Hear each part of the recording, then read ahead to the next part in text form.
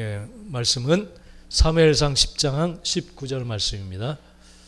사무엘상 10장 19절. 사무엘상 10장 19절. 우리 한 절입니다. 우리 한 절 같이 한번 읽도록 하겠습니다. 사무엘상 10장 19절 성경을 펴놓으시면 좋습니다. 같이 읽겠습니다. 시작. 너희는 너희를 모든 재난과 고통 중에서 친히 구원하여 내신 너희의 하나님을 오늘 버리고 이르기를 우리 위에 왕을 세우라 하는도다. 아멘. 오늘 말씀 제목입니다. 같이 한번 읽어보겠습니다. 한번 시작. 자신을 위한 왕을 구하는 것의 의미입니다. 이스라엘 백성들이 자신들을 위해서 왕을 세워달라 이렇게 사무엘 선지자에게 요청하는 그런 내용인데, 자신을 위한 왕을 구하는 이것의 의미는 당시 이스라엘 백성뿐 아니라 오늘 우리들에게도 어떤 의미가 있는가, 무엇을 의미하는 것인가, 오늘 말씀을 통해서 하나님의 음성 듣는 우리 모두가 되시기를 축복합니다. 영상 하나만 보고 말씀 나누겠습니다. 여러분, 돈 좋아하시죠? 청년 때 저는 예수님을 몰랐습니다. 제 인생의 목표는 연봉이 높은 외국 금융회사의 CEO가 되는 것이었습니다. 돈이 내 인생에 안정감을 준다고 믿었고 베이스에 깔려 있었습니다. 동경에 갈 기회를 잡아서 전자 담당 애널리스트로 열심히 일한 결과 뉴욕의 펀드 매니저로 스카우트 되었습니다. 펀드 운용에 실적을 쌓았습니다. 그 후에 한국에 돌아와 자산운용회사를 창업했습니다. 펀드 1세대의 큰손으로 업계의 찬사를 받으며 저의 대망의 인생은 성공했다고 생각했습니다. 그럴 때 갑자기 인생의 허무감을 맛보고 쾌락으로 빈 마음을 채워보았지만은 텅 빈 제 영혼은 채울 수가 없었습니다. 결국 아내의 중보기도와 섬김에 감동한 어느 날 새벽 기도에서 예수 그리스도가 제 인생의 주인이라고 영접하고 제 삶의 목적을 바꾸었습니다. 예수님을 간 믿으면서 수익의 50% 선교 헌금에 드린다고 교회에서 많은 간증을 했습니다. 순수한 예수님에 대한 사랑의 동기가 아닌 저의 믿음을 자랑하고 그야말로 이원론적인 그런 삶을 살아가는 거죠. 하나님은 저의 이 우상인 돈을 철저히 그때부터 다루셨던 것 같습니다. 그 많았던 운용 자산 3천억이 2년 만에 썰물처럼 빠져나가게 됐습니다. 눈덩이같이 불어나는 수십억의 부채가 10톤의 트럭이 저를 압박해 오듯이 괴로웠습니다. 인생의 바닥에서 저의 헌신의 동기를 성찰해보기 시작했습니다. 하나님을 이용해서 성공하려 했던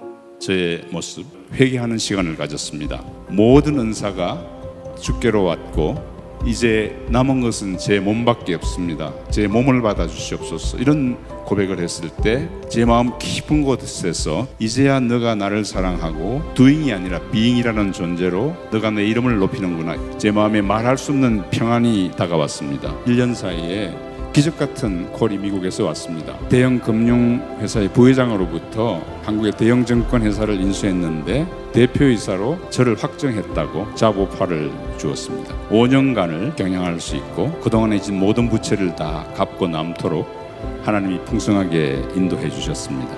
이 일을 통해서 인생에서 돈의 주인이 하나님임을 온전히 고백하고 예수님과 사랑하는 관계를 맺게 되는 일생의 전환점이 되었습니다. 늘 본능은 우리 안에서 더 필요하다고 욕망으로 우리의 눈을 미혹합니다. 이때 오직 성령의 능력으로 정결과 자족을 선포하십시다. 우리의 미래에 대해서도 건강에 대해서도 다 여호와의 것이라고 선포하십시다. 우리 힘으로 되지 않습니다. 우리의 능력으로 되지 않습니다. 우리 안에 계시는 예수님의 보혈의 능력이 우리가 하나님 말씀에 순종할 때마다 세상을 충분히 이기고 남도록 도와주십니다. 자신을 위한 왕을 구하는 것에 우리 정진호 회장 더 웰스 인베스트먼트, 거기에 이제 정진호 회장님인데 참 잘 나가는 그런 사람이었어요. 그래서 제 1세대 펀드 매니저인가 우리나라에 세우기 위해서 왔다가 믿음 생활을 했었죠. 그래서 수입의 50%를 선교할 정도로. 그런데 그렇게 했던 자신이 주인이 되고 자신을 자랑하고 싶은 그런 마음으로 살았다는 거예요. 그러다가 3천억이라는 엄청난 부채를 이제 끌어안게 됐어요. 그러면서 하나님을 만나게 됩니다. 그러면서 내가 정말 잘못된 인생의 주인이 하나님이 아니라 돈이었구나, 그런 사실을 깨달았어요. 그리고 진짜 하나님이 원하시는 하나님이 전부입니다 라는 그런 고백을 가지고 살아가기를 결심하고, 그때 이제 평강이 왔어요. 이 일은 해결되지 않았지만 그랬을 때, 그렇게 거듭나고 변화되었을 때 미국에서 이제 콜이 와서 22배 이상, 자기가 경영했던 회사의 22배 이상이나 되는 큰 회사로부터 콜이 와서 그것이 한 번에 해결이 되고, 야, 정말 이 고백을 주님이 원하셨구나. 하나님께 무엇을 요구하는 doing, 그런 존재가 아니라 하나님이 원하시는 존재, 그것이 되기를 간절히 원하면서 나아가는. 그래서 주인이 내가 정말 믿는다 했지만 돈이 주인이었고 하나님이 아니었다라는 사실을 고백하고 나아갈 때 그 인생이 완전히 이제 바뀌어지는 그 고백을 하고 있습니다. 여러분, 여러분의 주인은 누굽니까? 누구예요? 누구예요? 한번 냉정하게 한번 살펴보시기 바랍니다. 그리고 누구를 주인으로 삼고자 여러분 힘쓰면서 애쓰면서 달려가고 있습니까? 정말 하나님이라고 우리는 고백을 하는데 정말 우리가 하나님을 원하고 주인 되기를, 하나님이 주인 되기를 원하시고 있는지, 원하고 있는지를 한번 살펴봐야 될 줄 믿습니다.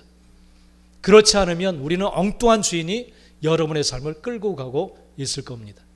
여러분 삶의 모든 걸 결정하는 것이 주인이에요, 주인. 어떤 일을 딱 결정할 때, 무엇인가 방향을 딱 결정할 때 그것을 결정하게 만드는 주체가 바로 주인입니다. 주인이에요. 이렇게 하면 돈이 많이 벌릴까 해서 좀 부끄러운 방법이지만 그걸 선택한다면 하나님이 아닐 수가 있어요. 이익만을 따져가면서 선택한다면 그 이익이 주인인 거예요. 돈이 주인인 거예요. 할렐루야. 그리고 내 기분, 내 감정, 내가 기분 나쁘니까 난 이렇게 행동할 거야, 내가 화가 나니까 나는 이렇게 행동할 거야, 그런다면 그 삶의 주인은 누구예요? 자신이에요. 자기 자신. 내가 기분이 나빠서 안 할 거야, 할 거야. 이것은 바로 자기 자신이 주인이라는 증거입니다. 증거예요. 여러분, 누가 주인인지 우리는 분명히 우리가 냉정하게 한번 살펴보고 진정한 내 인생의, 내 삶의 주인으로 하나님을 모셔야 될 줄 믿습니다. 할렐루야. 오늘 이스라엘 백성들은 사무엘에게 이웃 나라들처럼 자기를 지키고 보호해주고 다스릴 그러한 왕을 세워달라고 몰려가서 사무엘에게 항의를 합니다. 우리에게 왕을 세워달라. 여러분, 우리도 이제 대통령 선거를 얼마 전에 치렀죠. 아주 치열하게 선거전을 치렀어요. 사람들이 선택하는 기준을 보면 자기에게 어떤 이익을 가져다 줄지 그거에 의해서 많이 이렇게 왔다 갔다 하는 경우를 봅니다. 이 사람이 내게 어떤 혜택을 더 줄 수 있을까? 이 사람이 더 줄 수 있을까? 그런 것에 의해서 많이 이렇게 좌지우지되는 그러한 모습을 봅니다. 여러분의 인생의 주인은 어떤 기준으로 하나님을 선택했고 또 따라가기를 원합니까? 그것이 맞지 않으면 여러분은 어떻게 결정을 합니까? 내가 원하는 걸 해주지 않을 때 어떻게 결정하고 행동을 합니까?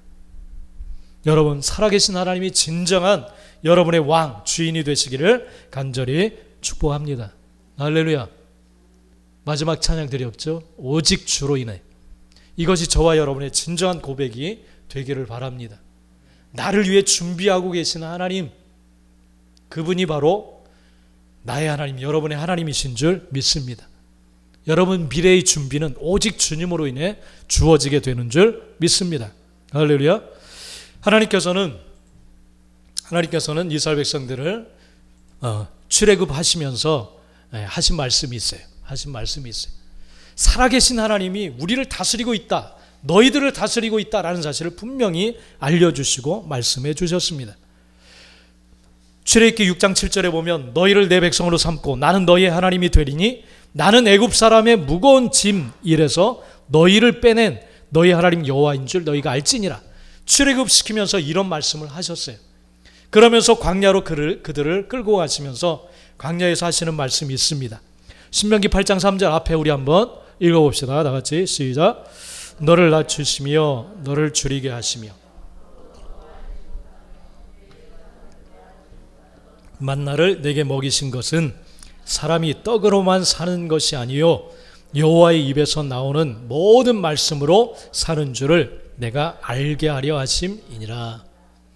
자, 하나님이 우리의 왕이신데 이 왕은 무엇을 가지고 통치하느냐, 다스리느냐, 무엇을 가지고 다스리신다고 하셨어요? 당신의 말씀, 당신의 말씀으로 우리를 통치한다고 했어요. 여러분, 하나님은 말씀을 우리를 다스리고 계십니다. 할렐루야. 이 사실을 믿으시 바랍니다.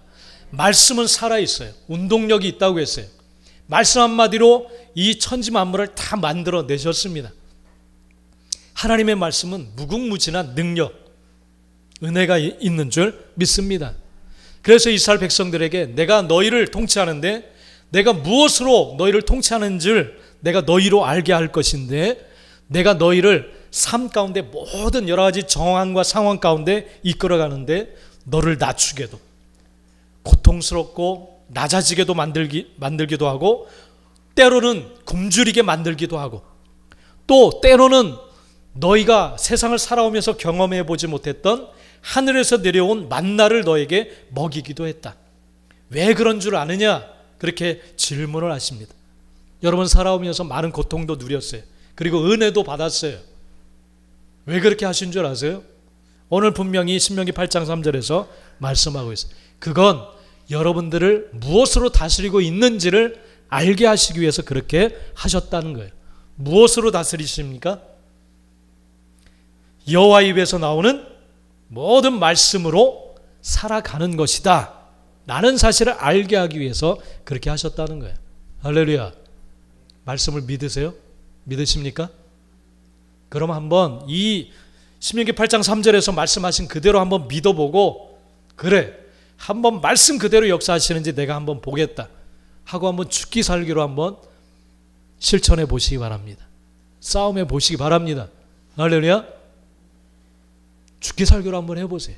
그러면 역사가 일어납니다. 할렐루야. 안 믿어지시죠? 할 수 없네요. 안 믿어지시죠? 믿으시기 바랍니다. 내 말이 아니라 하나님 말씀, 하나님 말씀. 사람이 아니라 메시지가 중요한 거예요. 메시지. 우리 자유케 하라 공부하고 있죠. 사람이나 단체나 이런 건 아무 소용이 없어요. 오직 하나님의 말씀이 힘 있고 능력 있는 거예요. 할렐루야.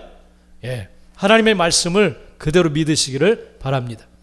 우리가 하나님이 말씀하시는 것에 어떤 결정을 내리느냐, 그것은 분명히 우리 생활의 방향을 결정합니다. 어떠한 삶을 살아가느냐를 반드시 결정합니다. 우리가 하나님이 하신 말씀을 어떻게 받아들이느냐, 그 태도가 여러분의 삶을 결정하는 거예요.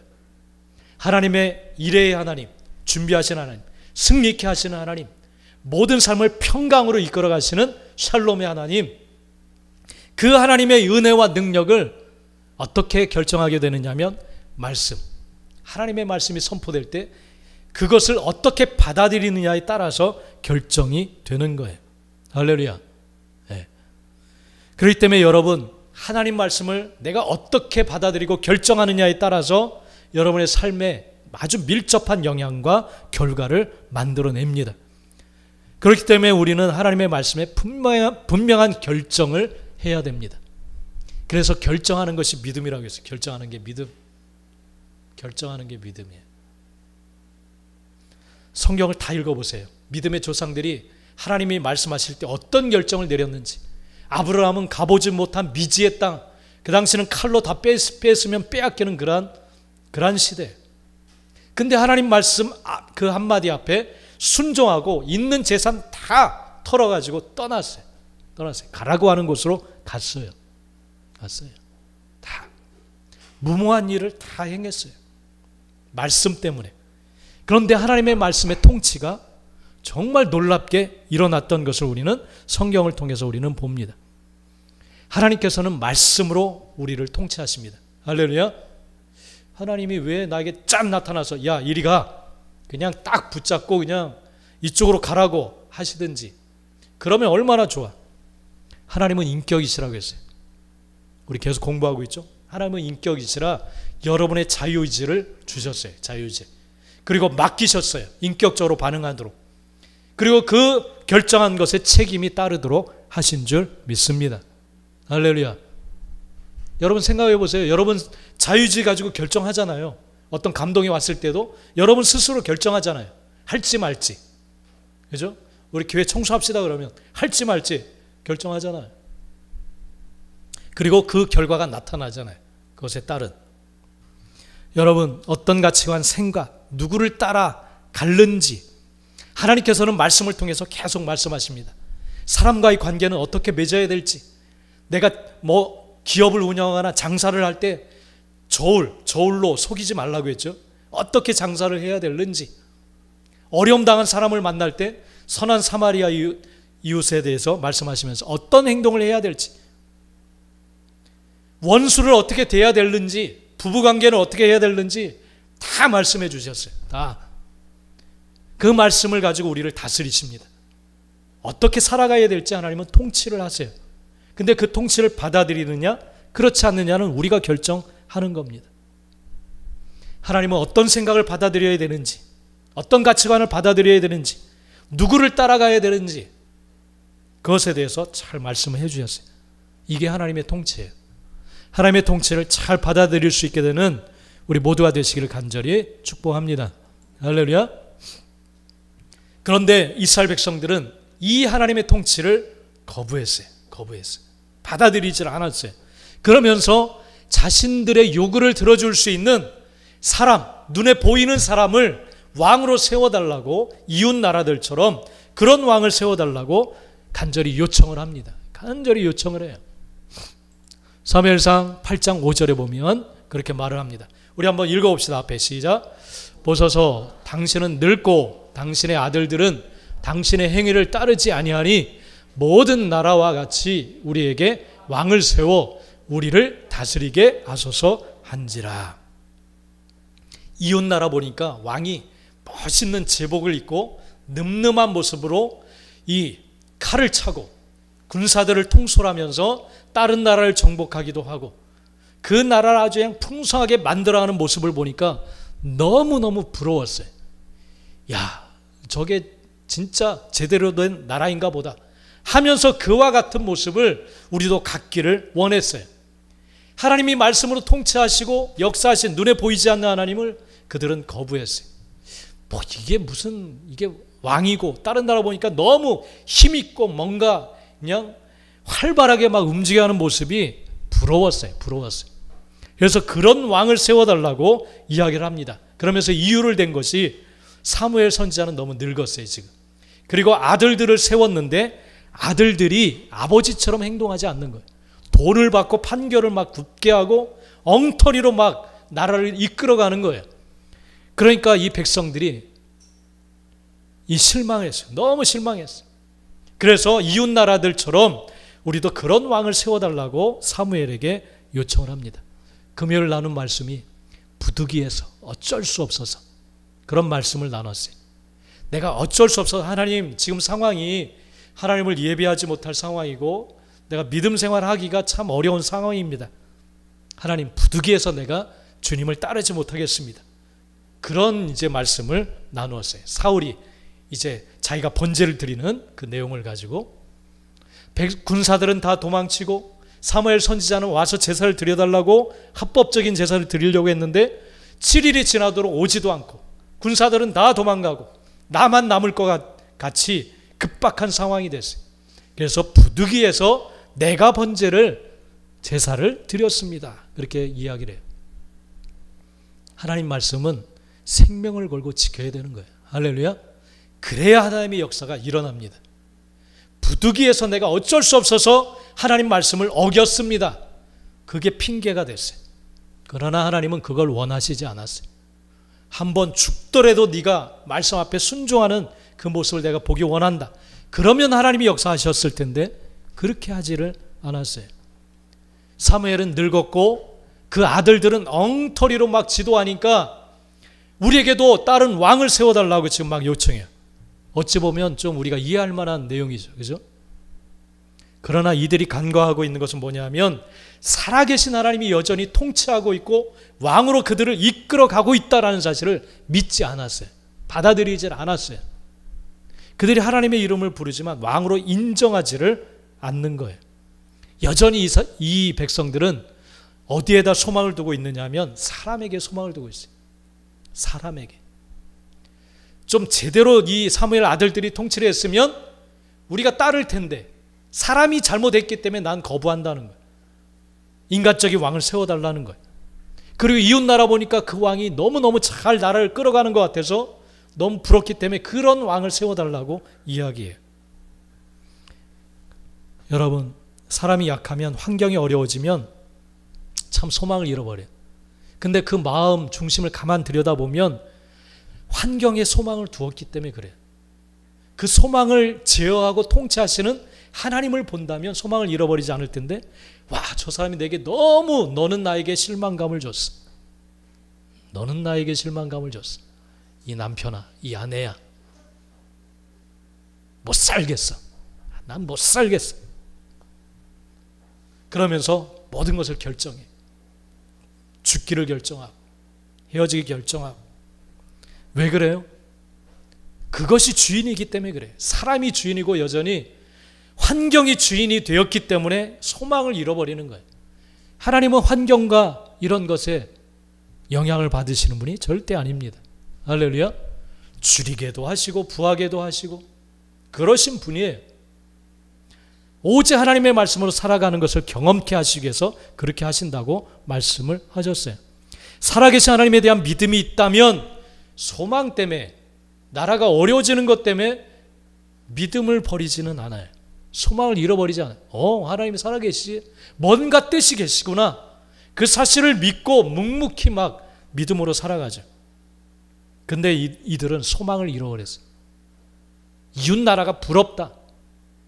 저 잘 사는 사람 막 떵떵거리면서 좋은 백 들고 막 떵떵거리면서 사는 저 사람, 우리가 부럽다. 하나님, 나도 저런 삶을 주세요. 막.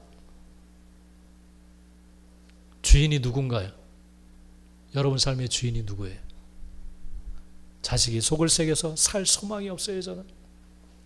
주인이 누굽니까? 정말 하나님이십니까? 하나님이라면 그것 때문에 소망을 잃어버릴까요?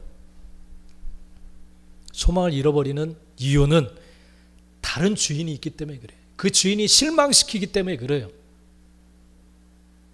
여러분, 하나님이 진정한 여러분 삶의 주인이 되시길 간절히 축복합니다. 할렐루야. 네. 여러분, 다른 나라들처럼 왕을 세워달라 그렇게 이야기를 했어요. 여러분, 다른 왕을 구하는 그 행위는 하나님을 버리는 행위입니다. 하나님을 버리는 행위예요. 우리 사무엘상 12장 12절 우리 한번 읽어봅시다. 한번 시작. 을 보고 너희의 하나님 여호와께서는 너희의 왕이 되심에도 불구하고 너희가 내게 이르기를 아니라 우리를 다스릴 왕이 있어야 하겠다 하였도다. 자, 오늘 말씀에도 나는 너희를 모든 재난과 고통 중에서 친히 구원하여 내신 너희 하나님을 오늘 버리고 이르기를 우리 위에 왕을 세우라 하는도다. 그렇게 요청을 해요. 다른 왕을 구하는 행위는 뭐냐면 하나님을 버리는 행위와 똑같은 그러한 일입니다.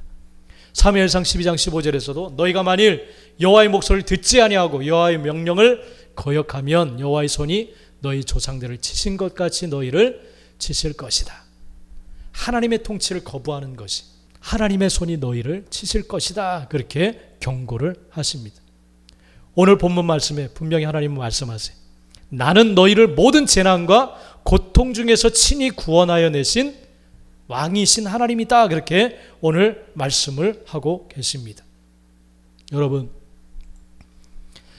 오늘 본문 말씀에서 너희가 하나님을 버리는 행위다 그렇게 말씀해요. 왕을 구하는 것은 버린다라는 의미가 뭐냐면 이 원어로 한번 살펴보면 마스라고 하는 히브리어는 버린다라는 의미가 뭐냐면 내쫓는다, 그리고 증오한다, 그리고 내버린다, 거절한다, 경멸한다, 이런 뜻을 가지고 있어요. 버린다. 이게 버린다라는 의미예요. 완전히 쓸모없어서 우리 이제 교회 환경 정리하면서 창고 정리를 했어요. 그냥 아깝다 하지 말고 뭔가 쓸모 있을 것 같아서 좀 모아놓은 것들이 가득 찼어요. 우리 이사할 때 보면 그런 물건 많죠. 한 10년이 지나도 쓰지 않는데 아까워서 그래서 그냥 싹 갖다 버렸어요. 그래서 종체 형제가 그냥 트럭 하나 끌고 와서 그것에 그냥 이거 내가 도어락 가지고 막 갈등하고 있으니까 이거 의외나무 보니까 이 도어락이 없던데 생각하고 있는데 뒤에서 그냥 버리세요, 목사님. 현정 집사님이 그냥 버리세요. 아 그래 버려야지 버려야지. 그냥 갖다 버렸어요. 갖다 버렸어요. 여러분 쓸모 있을 것 같아서 딱 모아놨는데 쓸모가 없어요. 사실은 쓸모가 없어요. 그래서 그냥 과감하게 싹 갖다가 버렸어요. 또 혹시 이 바닥 이 장판인가 이거 다른 사람들 오면 또 혹시 저 이 칸막이 뜯어내면 밑에가 뻥 뚫려 있어서 그 사람 쓸지도 모르니까 좀 남기자 했더니 현영이 없어요. 버리세요 버리세요. 언제 뭐 이사 갈지 뭐 할지 언제 하냐고. 그래서 다 버렸어요. 다 버렸어요. 이게 버리는 거야. 이게 버리는 거. 쓸모가 없으니까 내 삶에 도움이 안 되고 쓰레기처럼 여겨지니까 이게 버리는 거야. 이스라엘 백성들이 하나님을 그렇게 취급하는 거야. 그냥 겉으로는 하나님 여호와 하나님 그러지만 사실은 이웃 나라들처럼 그런 왕이 필요하지 이런 왕 말씀으로 통치하고 뭐 이렇게 해라 저렇게 해라 이런 하나님이 쓸모가 없었던 거예요. 증오할 정도로 싫어하는 거예요. 그들이 다른 왕을 구하는 것이 이렇게 버린다라는 의미예요. 그들의 마음은 하나님을 이렇게 생각을 했던 거예요. 내어 버리고 싶은 그러한 존재였던 거예요. 근데 하나님은 너희를 재난과 아주 해롭고 고통스럽고 상처 뿐이었던 이스라엘 백성들 그 삶을 재난에서 구원해내신 분이라고 했어요. 노예 생활에서 구원해냈잖아요. 근데 이걸 까맣게 다 잊어버렸어요. 그런 통치를 원하지 않는다. 광야 생활 중에 그들이 불평했잖아요. 노예 생활에서 해방시켜줬는데 이스라엘 백성이 불평불만했잖아요. 애굽으로 돌아가고 싶다고. 마늘 먹고 싶고 고기 먹고 싶고 이런 것 때문에 하나님의 그런 통치가 싫은 거예요. 그런 통치가. 여러분 그렇게 되지 않기를 간절히 축복합니다. 결국은 그것은 육적인 사람이라는 거예요. 육적인 사람. 예산이 돈을 하나님이 줬으면 좋겠고 내가 요구하는 모든 걸 다 들어주는 그런 마술램프처럼 그런 하나님이면 족하지 이런 하나님 뭐 이렇게 살아라 저렇게 살아라 그런 하나님이 싫은 거예요. 그래서 버리고 싶은 거예요. 버리고 싶은 거. 그리고 모든 고통 짜라. 원어가 짜라예요. 근데 뜻하고 딱 맞죠. 그죠? 짜. 아주 그냥 꽉 조여가지고 너무너무 살기가 힘든 거예요. 그런 고통 중에서 딱 구원해냈는데 그 하나님을 버리고 싶은 거예요. 버리고 싶은 거예요. 얼마나 하나님이 정말 이 이스라엘 백성이 배신감을 느낄까요? 이 버리는 행위예요. 버리는. 그래서 왕을 구하는 태도가 하나님은 악이다. 악이다. 그렇게 분명히 말씀을 하십니다. 사무엘상 12장 17절 우리 한번 읽어봅시다. 사무엘상 12장 17절 시작. 오늘은 밀베는 때가 아니냐. 내가 여호와께 아뢰리니 너희가 왕을 구한 일 곧 여호와의 목전에서 범한 죄악이 큼을 너희에게 밝히 알게 하시리라. 죄라고 했어요. 죄악. 그것도 아주 심히 크다고 했어요. 크다고. 다른 왕을 구하는 태도가. 여러분이 하나님 외에 다른 것을 추구하고 욕구하고 정말 탐욕을 부리고 그런 거 있잖아요. 그 아무렇지 않게 생각하면 안 돼요. 다른 왕. 결국 이것은 뭐냐면 내게 남편이 있고 아내가 있어요.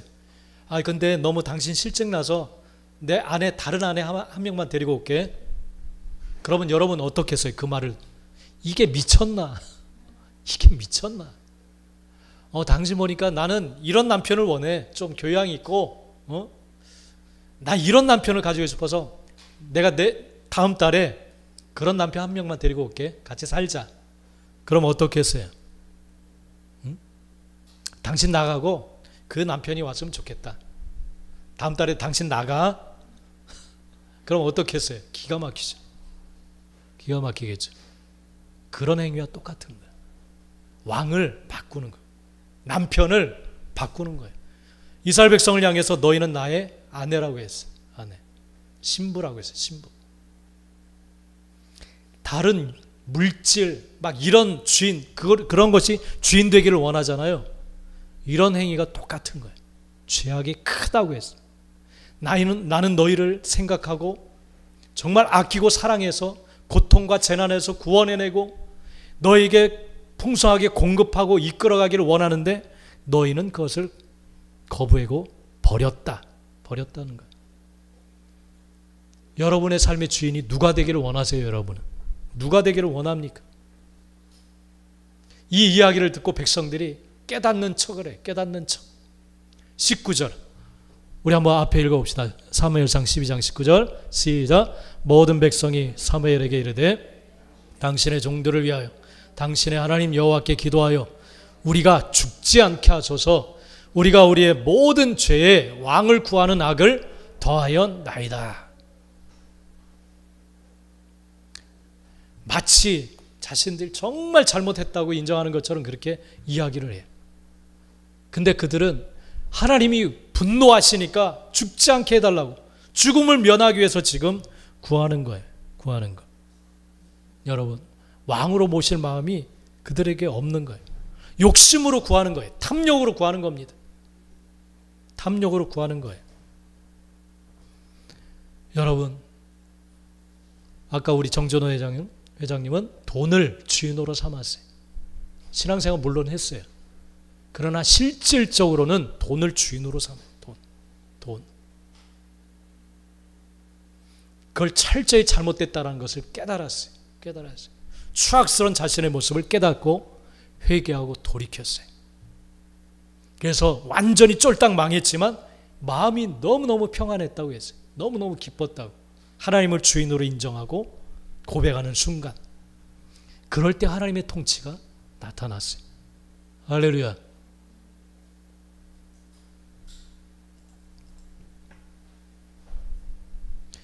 이스라엘 백성들은 왜 왕의 돌보심을 느끼지 못하였는가? 그들은 왜 그들은 왕으로 인정하지를 않으려고 했는가? 그것은 자신들의 욕심을 채우기 위한 것으로 하나님을 모시려고 했기 때문에 그래요. 그렇기 때문에 하나님이 응답하실 수가 없어요. 당신의 계획과 목적이 있어서 그들에게 말씀하시고 때로는 낮추기도 높이기도 또 공급하기도 하시는데 그 말씀대로 따라오지를 잘 않아요. 그러니까 계속 고통을 주시는, 고통을 깨닫고 바로잡기 위해서. 그러니까 그들이 불만이 쌓이는 거예요. 불만이. 자신들의 욕구대로 해주질 않으니까. 통치만 따라가면 하나님의 은혜와 풍성함을 맛볼 텐데 그러지 않으니까. 그래서 야고보서 4장 2절 3절에서 왜 하나님의 통치가 나타나지 않는가? 우리 삶 가운데 왜 하나님의 일하심이 나타나지 않는가? 말씀을 하고 계세요. 야고보서 4장 2절 3절 한번 읽겠습니다. 다 같이 시작. 얻지 못하며 살인하며 시기하여도 능히 취하지 못함으로 다투고 싸우는도다. 너희가 얻지 못함은 구하지 아니하기 때문이요 구하여도 받지 못함은 정욕으로 쓰려고 잘못 구하기 때문이라. 믿으시기 바랍니다. 믿으시기 바랍니다. 네. 왜 응답을 받지 못하고 하나님의 통치가 여러분의 삶 가운데 왜 나타나지 않는가? 잘못 구하기 때문이다. 혹은 아예 기도 생활을 하지 않기 때문이다. 하나님의 살아계심을 전능하신 하나님을 믿는다면 밤이고 낮이고 기도할 거예요. 하나님 만난 모든 사람들 보면 완전히 쫄딱 망하고 죽을 것 같은 상황에서 전적으로 하나님께 매달려 죽기 살기로. 그럴 때 하나님을 만나고 하나님의 역사하심을 누립니다. 살아계신 하나님을 믿고 구하기 때문에 그들은 응답을 받아요. 통치를 받아요. 첫 번째는 구하지 않기 때문이에요. 구하지 않는다는 것은 믿지 않기 때문이에요. 하나님을. 살아계신 전능하신 하나님을 믿지 않기 때문에 기도하지 않습니다. 여러분, 기도해서 1000억 생긴다 그러면 어떻겠어요, 여러분? 내일 새벽 3시에 교회 나와서 기도하면 생깁니다. 1000억. 그러면 여러분 다 나올까요? 안 나올까요? 요 앞에 뭐 24시 마트 이 사실을 안다면 믿지 않는 사람들도 다 올 거예요. 그리고 기도할 거예요. 할렐루야. 기도할 겁니다. 구할 겁니다. 믿지 못하기 때문에 그런 거예요. 믿지 못하기 때문에. 그리고 기도했는데 왜 또 하나님의 통치가 나타나지 않는가? 구하여도 받지 못함은 정욕으로, 자기 인간 육적인 욕심, 정욕으로 쓰려고 구하기 때문이다. 이렇게 분명히 밝히고 계세요. 그래서 통치가 나타나지 않는 거예요. 하나님의 뜻을 따라서 우리가 구하면 무엇이든지 구하라고 하셨어요. 무엇이든지. 할렐루야. 이게 잘못됐기 때문에 응답이 없는 거예요. 정욕으로. 여러분, 하나님의 통치를 받는 저와 여러분들 되시길 간절히 축복합니다. 할렐루야. 예. 그렇다면 우리는 어떠한 삶을 살아가야 되는가? 사무엘상 12장 22절, 여러분 성경 한번 찾아보십시오. 사무엘상 12장 22절, 성경 한번 찾겠습니다. 사무엘상 12장 22절, 하나님께서 요구하시는 삶, 그것은 살아계신 하나님의 왕으로, 살아계신 하나님의 신실한 백성으로 우리가 살아가기를 원하십니다. 한번 읽어봅시다. 시작. 너희를 자기 백성으로 삼으신 것을 기뻐하셨으므로 여호와께서는 그의 크신 이름을 위해서라도 자기 백성을 버리지 아니하실 것이요. 그 밑에 24절, 너희는 여호와께서 너희를 위하여 행하신 그 큰 일을 생각하여 오직 그를 경외하며 너희의 마음을 다하여 진실이 섬기라. 아멘. 이와 같은 삶을 살 때 하나님은 당신의 백성으로 우리를 인정하시고 직접 통치하시며 이끌어 가십니다. 오직 하나님만을 경외하며 순종하는 백성에게 하나님은 진실하게 행하여 주십니다. 할렐루야. 다시 한번 질문합니다. 여러분의 삶의 주인은 진정 누구입니까? 무엇입니까? 살아계신 하나님이십니까? 정말 살아계신 하나님을 진정한 주인으로 모시고 살아가는 우리 모두가 되시를 간절히 축복합니다. 기도하겠습니다.